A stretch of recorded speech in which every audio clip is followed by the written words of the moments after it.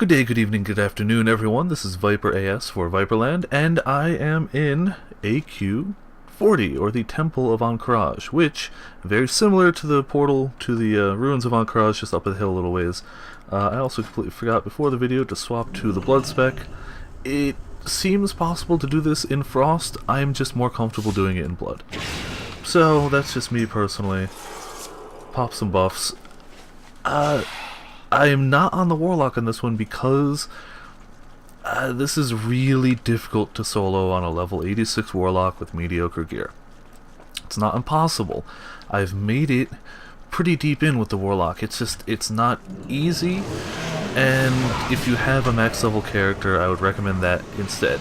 So all the initial trash can be skipped. I almost always pick up this guy just by mistake. This first boss, if you're a caster, can be a huge pain, because he does Earth Shock, which will interrupt you and lock you out of a school of magic for a time. If you are a melee, he is absolutely no concern whatsoever. Unless you come in here with more than one person, because he also mind controls. I don't know if that happens with a pet class. It didn't seem to happen when I was in here on the Warlock, but I could have just gotten lucky. So, ooh, I got his, I already have one, but I got the pet. And some illusion dust. I'm gonna learn that pet just so I can have it there. So, goes without saying, but this first guy can give you a pet, the Mini Mind Slayer, which is a nifty little guy there. Also of note, the trash in this place, that's the wrong button, I meant to click this one. The trash in this place can drop these bug mounts, which are pretty awesome, but you can only ride them in here. There's 4 colors: red, yellow, blue, green. All of them very common, except for the red. The red is actually so rare, I forgot to swap a trinket too. The red is so rare that there is a feat of strength achievement for getting it. It's just not common at all. So if you're looking for it, kill all the trash. I'm going to skip as much of the trash as possible, though there's a lot of it that's really not skippable. So once that guy's dead, just remember for that first guy, mind control and spell lock. That's the only things you have to worry about at all. This place can be kind of maze-like, but at the same time it's also kind of a straight line. It's a weird place. It's not my favorite place, though I was really happy to be able to come in here and solo it, because I never got to see this place back in the day. I only even started attempting to raid, like, late Burning Crusade. So, like, well, I started with Karazhan, and I guess there's more stuff. I keep auto loot off in this place for the most part, because there's so much that's just useless. Unless you're going for the rep, or you're a class that can use those type of things. But there's no Death Knight only things here. Sometimes I pick up those to sell, because why not?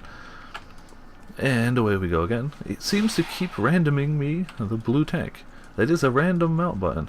I don't recall if the trash pulls with these guys. For these 3, they're full boss. Each time you kill one of them, the other one eats it and gets a little bit bigger. I usually try to start out by killing the blue one, because the blue one, if I recall correctly, can heal. Yep, there you go. I guess interrupted if you can. They'll also sometimes do like a chain knockback ability, which can be a huge pain in the ass. But, there you go. So if you're like a caster class that has to, you know, stand still to cast, that can be really debilitating. You can kind of mitigate a little bit of it by standing in a corner, but it only helps so much. That said, if you have any amount of damage whatsoever, they're gonna die really quick. Oh, that's so cool. It's a nice color for it. I don't even know what that does, so I'm gonna leave it. I'm kind of just picking up stuff to sell at the moment, but I like to view the loot, if only for the people watching. So this is like the temple proper. We go all the way around. There's a lot. There is one optional boss, that guy up there. I'm going to do him on this character and show how it is possible to solo now, but it is a massive pain. I did it every week for a while to try and get the pet from it, and I finally got it, so now I don't have to do it anymore. I'm going to show it anyway. I've never really found a way to sneak past these 2 groups coming up, so it just happens. That said, as a tank spec character, nothing in this place at all challenges me. On the Warlock it did, but as a tank spec character, nothing. Wow, this is not being a really good random button. Whatever, I like the battle tanks because you can only use them in here. There is now a battle tank from Archaeology, I believe, that you can use anywhere. And there is also, if you were the one to open the gates way back when, a like legacy type thing, you did get your own, I think it was a legendary mount that was a battle tank you could use anywhere, but that is long since retired. So if you don't have it already, you're not getting it. Green battle tank of some variety. This is another boss, so that guy in the center there. Or that gal, I don't know, that bug thing. Comes with a few ads. Honestly, there's not much to this fight. Like, really at all. Even when I was in here on the Warlock, this was just no issue whatsoever. Took a little longer to down, just because less damage, but I would like to add, I am swapping over mostly to Frost gear. So I've got a few pieces of tank gear left. The rest is becoming Frost gear. So my DPS is probably a bit higher in tank spec than other people's, but my tankiness would be a bit lower, if that makes any sense. So yeah, and I'll probably I think I'm gonna cut this episode after the next boss, and I think I'm gonna leave the optional boss as its own episode, because it's a huge pain to do and it's tricky if you don't know how to do it. So I'm probably going to leave that as its own episode, specifically so people can search for it, really. I guess they could search for it no matter what, but this bit, if you're a tank, really just keep running. Like, they'll knock you off your mount. Any damage in this place seems to dismount you, which makes sense. But even when I was in here in the Warlock, every once in a while I would turn and do like a instacast AoE.